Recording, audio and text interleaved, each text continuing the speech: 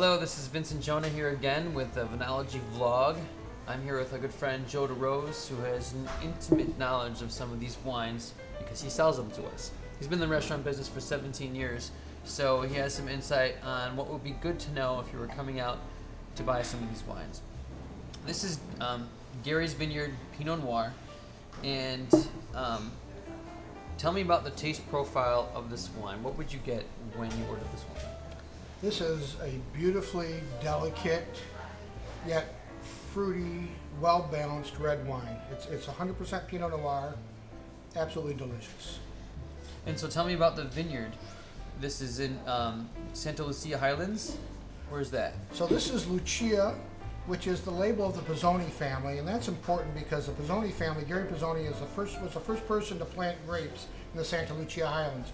Prior to that, people grew lettuce, celery, tomatoes, avocados, but never grapes. So he was the first one to plant wine-growing grapes there. And this Lucia is actually from the Gary's Vineyard, named after him and his friend Gary Francione, where they planted a separate vineyard from the Pizzoni vineyard. So this is all Gary's Vineyard fruit. And any interesting stories about this vineyard or this winemaker? I hear he's a very talented winemaker. Very talented, very gregarious and outgoing. He's a real personality. You've met him? I have met him. He likes to have fun.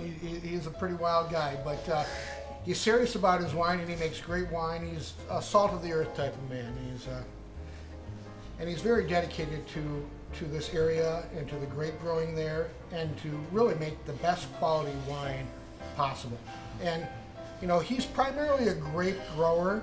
He sells his fruit to about 30 different producers, and he keeps just a little bit for himself. So there's only about 300 or 400 cases of this wine produced. Wow. And pairing, I mean, Pinot Noir usually is a very delicate grape, sometimes good just drink on its own, but would you recommend Good to drink on its own. If you wanted beef, I would suggest a more tender cut, like a filet mignon. Also great, once again, with lamb, pork, some light pasta dishes. Myself, right now, a nice tender filet mignon would be perfect with this. Cheers. Cheers. For more great wine and food vlogs, like us and share on social media.